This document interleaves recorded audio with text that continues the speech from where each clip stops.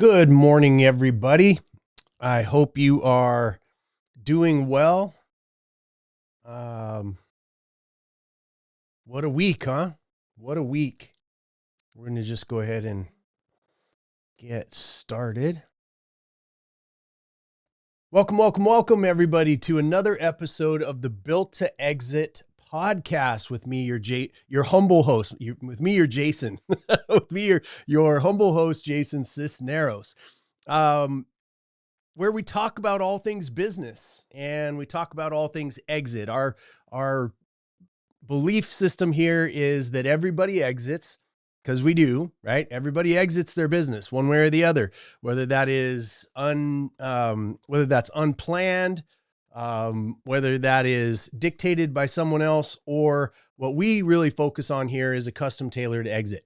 And so that's what we're going to talk about this week. That's what we talk about every week. But first off, let me tell everybody, welcome back from Thanksgiving. I know a lot of you have been spending time with your family and probably eating a little bit too much, maybe possibly drinking a little bit too much, which is completely and totally okay. But you are back in the swing of things, and you're here listening to me on a Saturday morning, where we go live every single Saturday, 9 a.m. Eastern Standard Time, and we talk about all things business. So what are we going to talk about today? We're going to talk about this concept, and this is something that is talked about a lot, and I don't really jump into much in this podcast, and I don't speak on it very often because it's overplayed in the marketplace. Just this concept, this conversation that we have around, do I have a business or do I own a job? It is a concept that I think it's been given some negative connotations. There's been some incorrect twists on it in some books that are wildly famous out there. And so I have avoided the conversation mainly because it's a concept that look, if I look, the whole idea, do you really own a company, or are you just an overworked employee? You have to be an overworked employee for a period of time. This is kind of the concept. This is why I haven't delved too deep into it over time, is because for a period of time, as you're building your business, you are an overworked employee. You are the underpaid employee. Sometimes you don't get paid at all because you have to pay your other people, or you have to pay a bill, or you have to keep the business alive. But no matter where you are in your evolution of business, no matter where you are in the building of your asset called a business, no matter where you are, the concept, the idea that everybody exits how matters should be forefront in your brain. The idea that you are building an asset that someone else will own someday should be forefront in your mindset. So the idea that we don't want to have involuntary exits. This is kind of the concept, the idea that most people go out of business. 95% of companies that start up will not be here in 10 years. 50% of them that start up today won't be here a year from now. And so what are the things, the perspectives? That's what we talk about on the show. What are the perspectives that 2 mm shift, as Tony Robbins quite often refers to, that 2 mm shift that makes all the difference in how you view things, how you do things, how you behave, who are you paying attention to, what are the activities that you're taking on for yourself, so that you can be one of the 5%, so that you can be one of the 5% that puts their business up for sale and actually has a sale. Less than 7% of companies that are put on the market ever sell. Really, really low. That's a very, very low. And then you dig into that number and you see about 50% of those fail after the deal's been closed, after the contract's been signed, after some money has exchanged hands, after the business owner has stepped back from the company and the new owner of the business has taken over. 50% of them fail after that. So the whole idea why you're watching the show, why we're together, why we spend time together is so that you can shift those perspectives just a little bit so that you can be one of those 5%ers, so you can be somebody who actually builds your company on purpose, custom tailored for you to be able to reach your outcomes and your goals and your dreams. So starting with that in mind, I do want to take on this subject this week that, again, I feel is overplayed. I think it's talked about from incorrect angles. I think most of the people having the conversation here have never had employees. And I think that there is a large portion of this that is so confusing that people can make money off of giving people bullshit ideas. Let's just call them that, because that's really what they are. So let's dive into it. Do you really own a company, or are you just an overworked employee? Here's a concept that we just sort of trademarked. Most of us in the small and mid-sized business space, right? There's about 33 million of us in the United States. The measurement is 0 employees to 499. And most of those businesses are some sort of a blue collar business, right? And one of the things that you want to another one of those 2% millimeter shifts is that if you have a blue collar business, you're going to want to have a white collar exit. Okay. And so understanding this piece of the 4 quadrants that we talk about consistently on this show, this quadrant, we have relationship to customer. That's your how you make money, your LTV, the revenue per employee, all of the things that you have in that quadrant. Then you have your financial clarity bucket, and you have your exit plan bucket. And then you have this bucket, which is having a leadership team. Okay. Having a leadership team. So I'm going to dive in just a little bit. I want you to be proud that you built a business. I want you to be proud that you are building a business. No matter what struggle you have, no matter what size you are, no matter where you see yourself in that spectrum of what your exit number is, what your freedom looks like, no matter where you are in that process, I want you to be proud of the journey that you're on. And I don't want you to feel a whole bunch of pressure. And I don't want you to feel a whole bunch of, well, I do want you to feel pressure, good pressure, but I don't want you to feel shame of the size of your business or how many employees you don't have, or you've been at this for 5 years, you still don't have an employee. I don't want you, shame doesn't do any good. What you have to understand is that your average business is doing less than $100,000 a year. And your average revenue per employee for any business that has any employee is about 360,000, right? These are numbers that matter. And it's not the employee that matters. It's having a business that can support and that you've done the work for, and you've done the thinking that you now have an employee so that you can expand on what you're good at.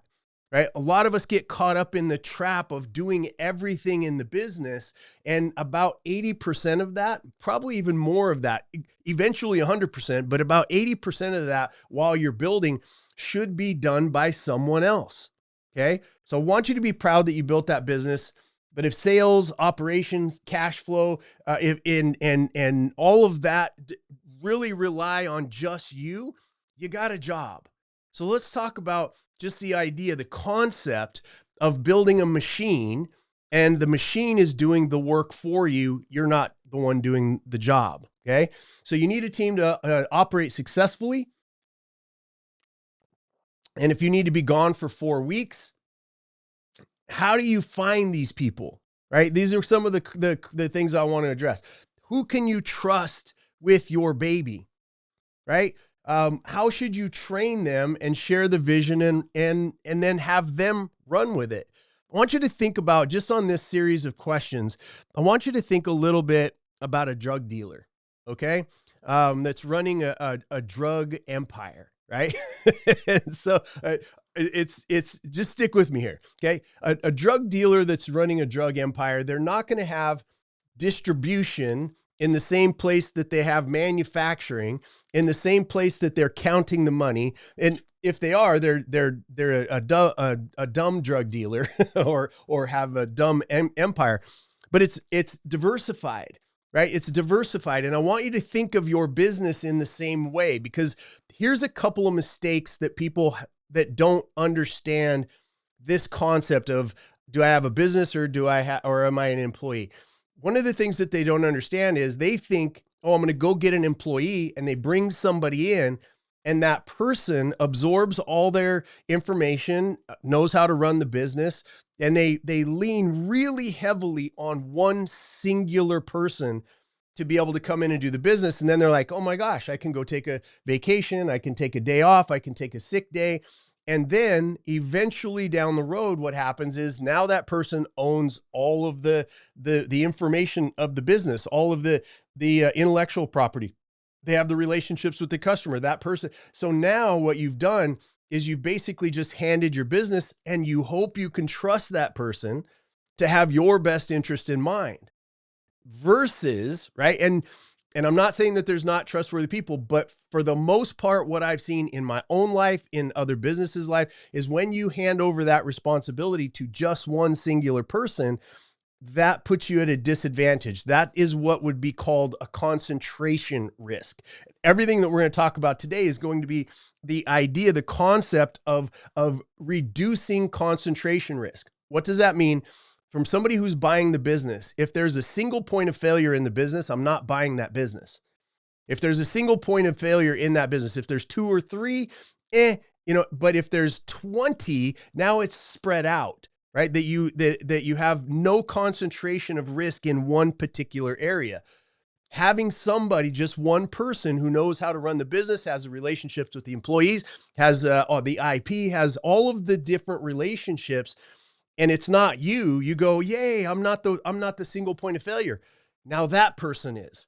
All right. So let's go back to the drug dealer conversation about this idea and think about it from that perspective. How do you diversify that?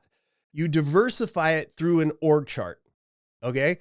Think of the CEO, president, general manager at the top. That can be you. That could be somebody else. And then you have operations, you have finance, and you have sales. Okay.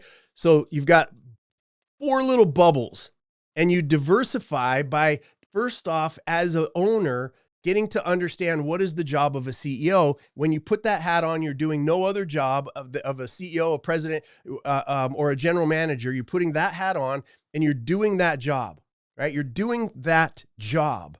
What does that mean? What does the CEO do? What does the president do? What does the person who's leading the organization do on a day-to-day basis? And what's the outcome of that position? Okay. Now you go over to finance.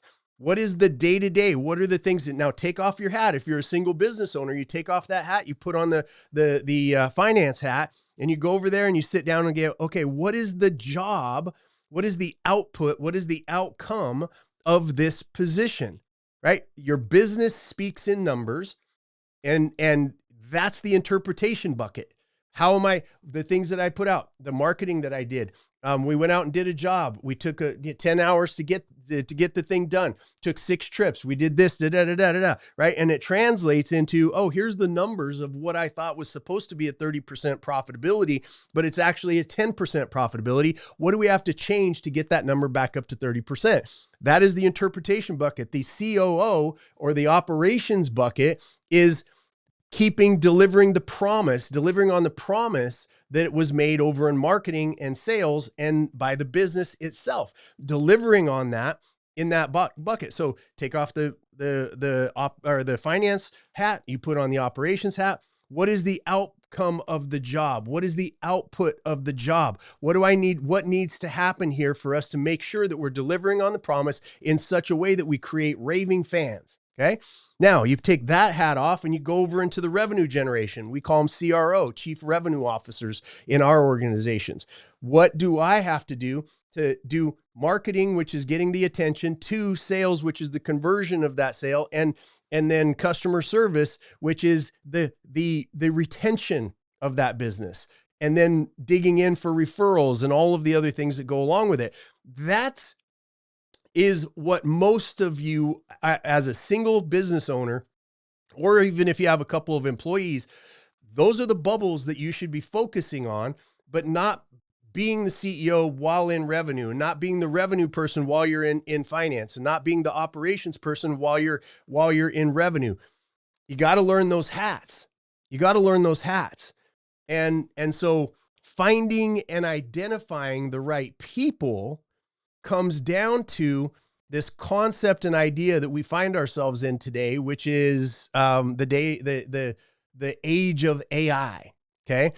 If you think of AI, I love the fact that we have AI for repetitive stuff. There's a lot of benefits that are going to benefit you as a small business owner if you understand this concept that we're talking about. Because the idea is you have to look at every aspect of your business. Who is my target audience? How am I going to fall in love with their outcome? How am I going to build a machine to meet that outcome at a profitable rate better than anybody else in my competition? And then how do I have those be repeatable behaviors so that I can then scale? Okay. Another one of the most misunderstood words in the business world is scale. Does not mean selling more. It's a portion of it, but it does not mean scale more. It's being able to scale and continue to maintain your profitability, predictability, growth, all of those things while maintaining the promise that your brand is making to the marketplace. Okay. So how do I find and identify the right people? And how do I utilize, and which one should I be using AI, or should I be hiring a person, or should I be having a combination of those two? These are the businesses that figure out how to utilize AI or any technological tool, by the way, and also match that up with the right person. That's who's going to win. So let's talk a little bit about AI for just a second. It is an information retrieval machine, and it is the best results that you're ever going to get out of it is by asking it the right question, right? It just always comes back to human nature. The quality of our life and our business is dependent on the quality of the questions that we're able to ask, not the answers that we're able to come up with, but the questions that we're able to ask. So if you're directing AI, it's basically out there, it's potential that is going to be unlocked by your capacity for critical thinking and question asking. If you ask it a dumb question, you're going to get a dumb return. Just like on the human side of it, if you're asking a dumb question, or you're not doing the thinking behind hiring that human, or knowing what that job is, or what's the output, and what do I expect, and how do I reward it, and all those kind of things, if you're not doing that, you're going to end up with employees that frustrate you.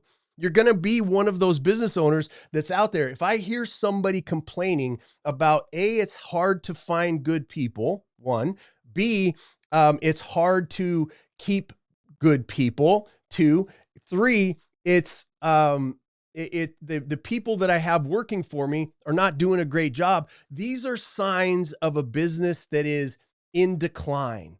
Right? These are signs of a business that is eventually not going to get it, because we are putting the focus and the blame on the person who we bring in, and we say, hey, I want you to go do bookkeeping. You don't know what you're asking them to do. So they are like, okay, I'm going to do bookkeeping like I was taught to do bookkeeping. And yes, it might be a slight improvement, but it's not what you're looking for, because you don't understand it, right? You haven't done the thinking. You haven't done the deep intellectual curiosity piece of saying, in finance, why do I need it? What do I need it to tell me so that I can get the customer in the first place, keep that customer, radically delight that customer, and have that customer either spend more money with us or at least give us a referral, right? Or what product do I need to add to keep that customer? These are the questions that I beg people every single week after week, to ask better questions.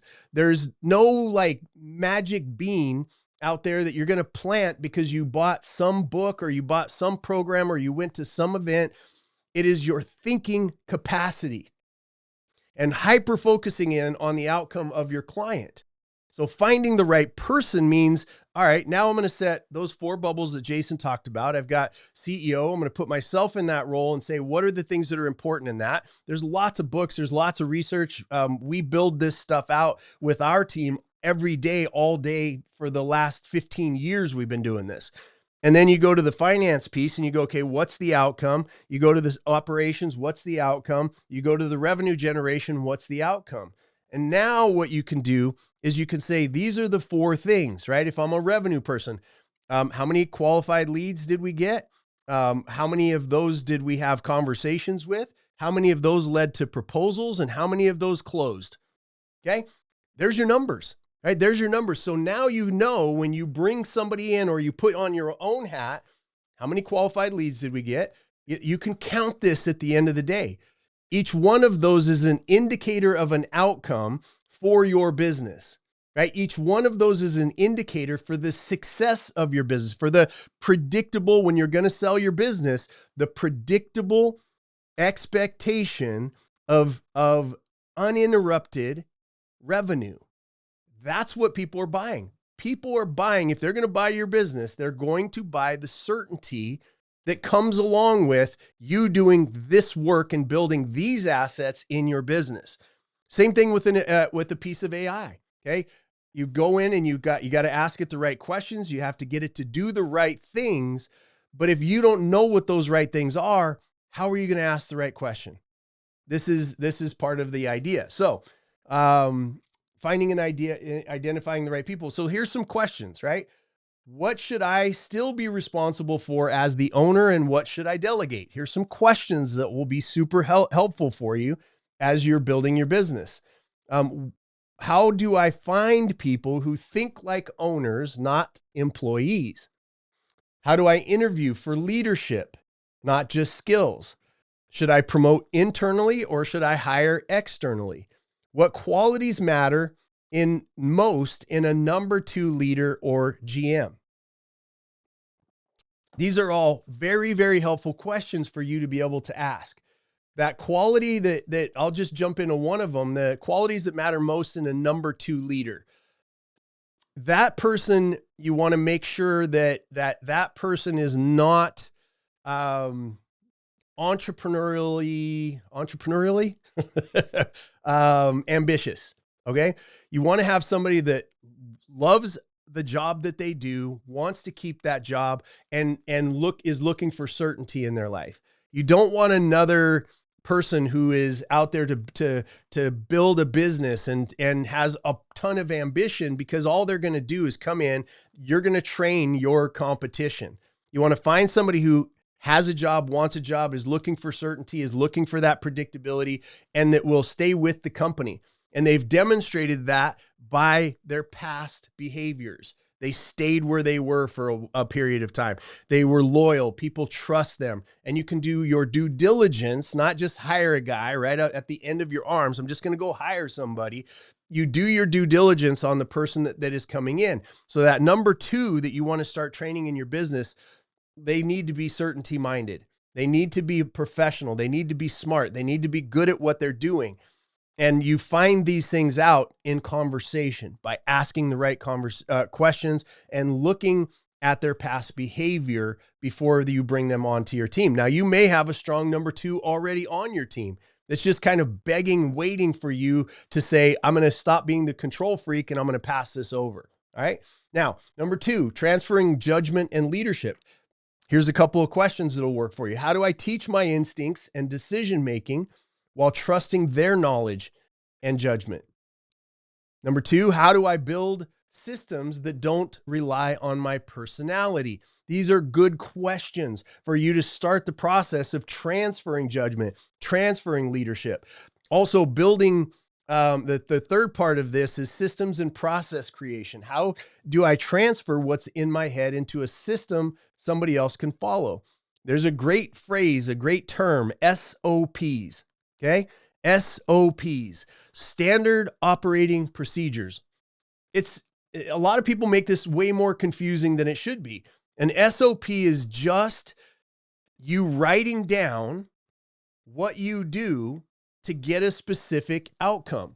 If you've had a business for longer than a day, you're starting to realize that there's patterns, that there are things that you do that get the job done. And what I mean by the job is bringing in a lead, having a sales call with that lead, turning them into a raving fan, customer service, collecting the money. What do you do with the money? How do you pay your bills? These things, there starts to be patterns. And in your business, you figure out, do I need a person to do that? Or do I need AI to do that? And is it something I need two people, a person and AI to be able to do?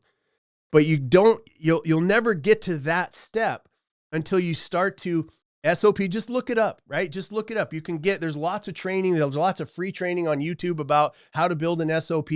We have an entire team of people that specialize on our team, how to build quickly SOPs in businesses that we're helping prep up for sale, because it's necessary, right? It's the repetitive thing. If somebody's going to buy your business, if you're going to buy a business, you're looking for certainty. You're looking for the predictability of that business. And the best way for you to do that is to build SOPs. If there's an activity in your business that you've determined what that outcome is, then you just write that down and then figure out where it is interconnected from start to finish. From the time a lead comes in to the time they give you a referral or do more business with you, should be mapped out in a flow chart somewhere. Okay. So those are three things: finding and identifying the right people.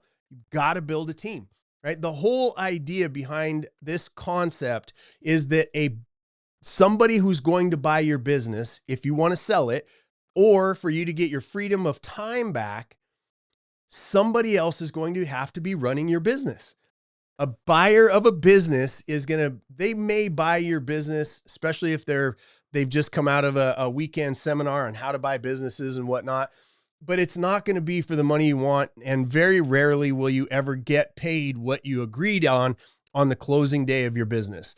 That's a couple of things. And then thirdly, I think, which is the most important piece, is that when you sell your business, you want to optimize the sale. You want to optimize how much money you're going to get for how much time, effort, energy, relational damage, physical damage, health damage that you've done to yourself. You want to get the most that you possibly can for all of that time, energy, effort that you put in, all of that blood, all those tears, everything that you put in. You want to optimize that.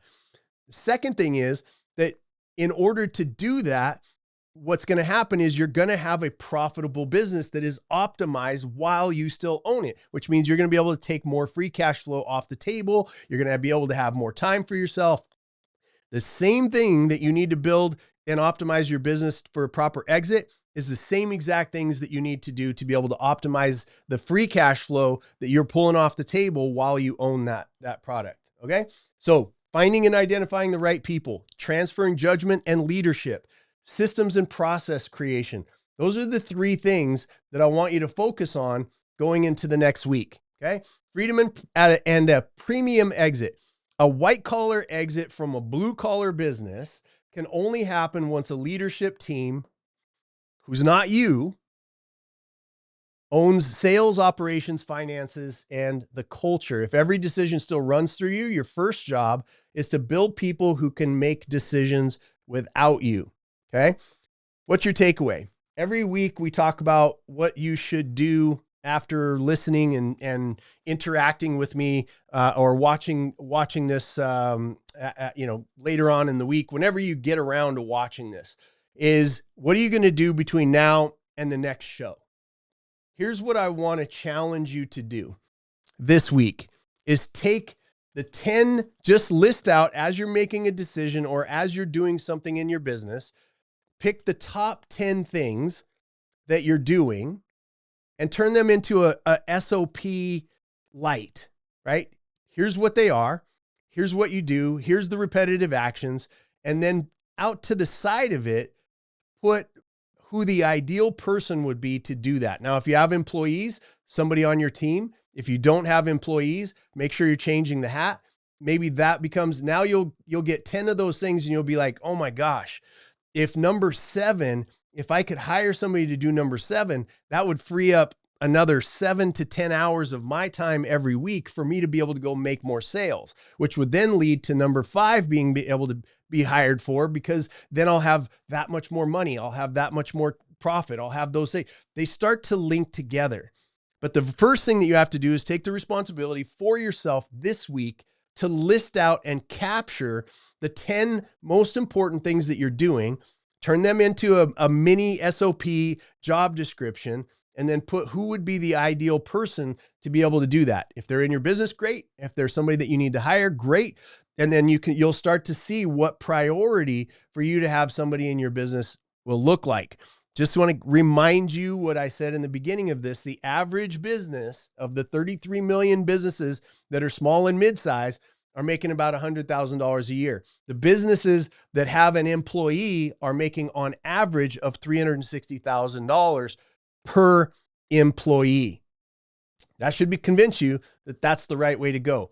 Build a business that needs employees. Build a business that will utilize, optimize, and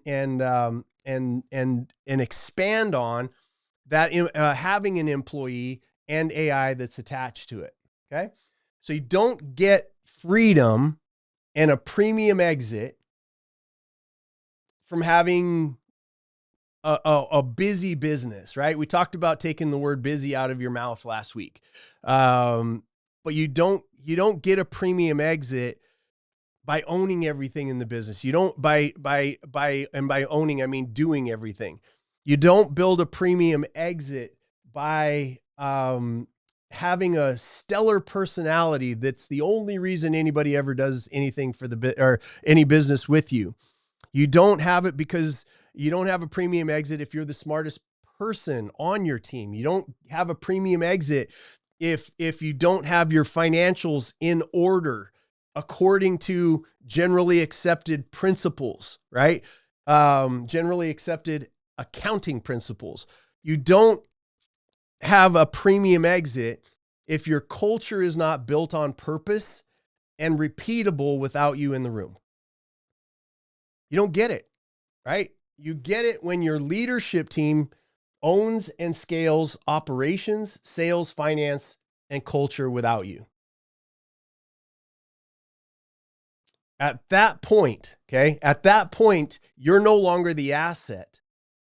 The business is.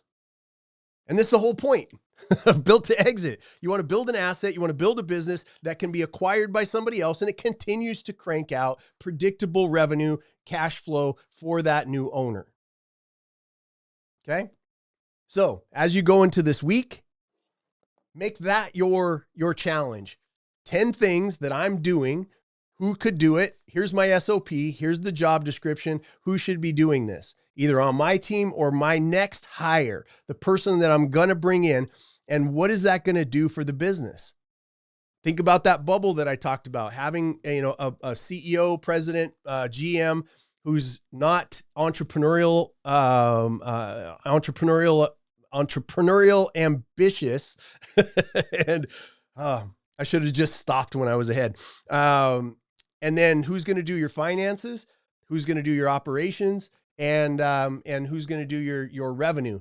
And that's your team. Now you can sell it, right? Now you're a good drug dealer, as they say, right? You have diversified the risk for somebody who's going to come in and buy your business.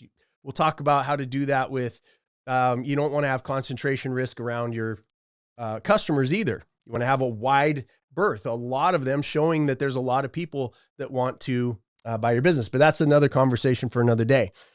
So we'll wrap it up.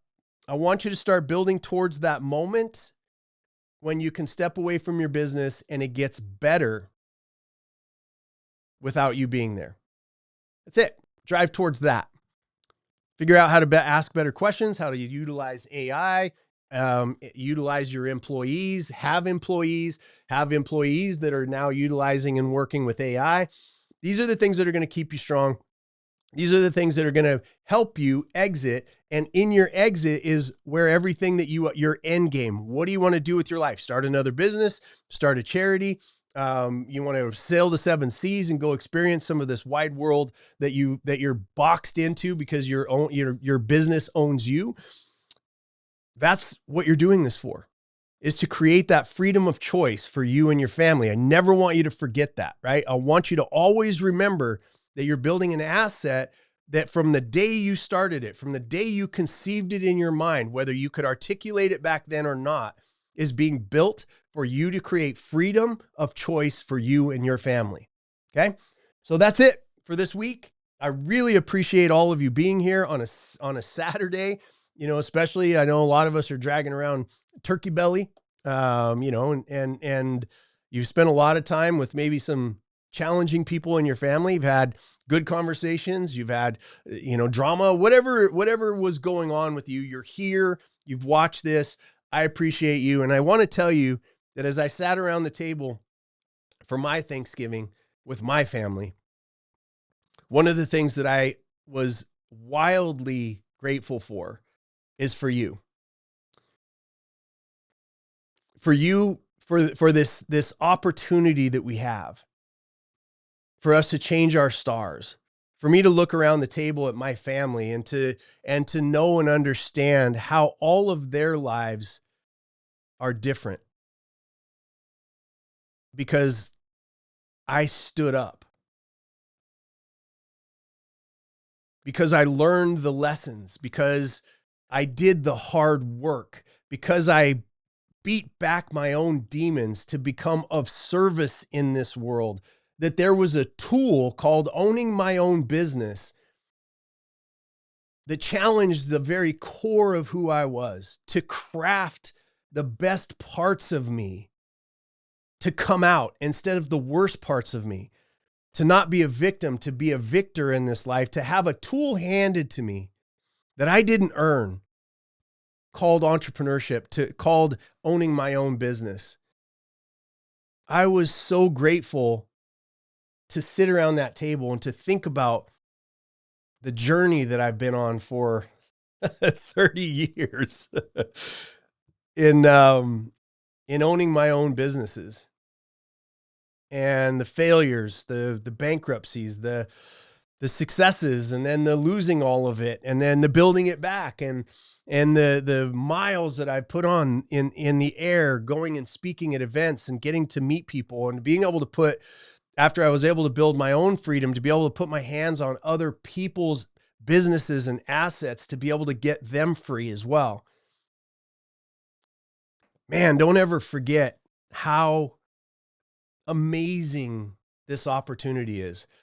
And unless we fight for it, unless we keep it alive by being successful, this is it. This show is for you to be more successful. Whether you ever do business with Built to Exit or me, or ever come to anything, you building a successful business that frees you keeps me free. It keeps my children free. It keeps our grandkids free. It keeps this country free, because finance is the final death blow to empires. And we always got to fight for it. We always got to be grateful for it. I'm so happy that you're building a business. I'm so proud of you, no matter where you are. If you're just a single business owner and you're doing less than 100,000, you're sustaining, you're doing something that is so rare.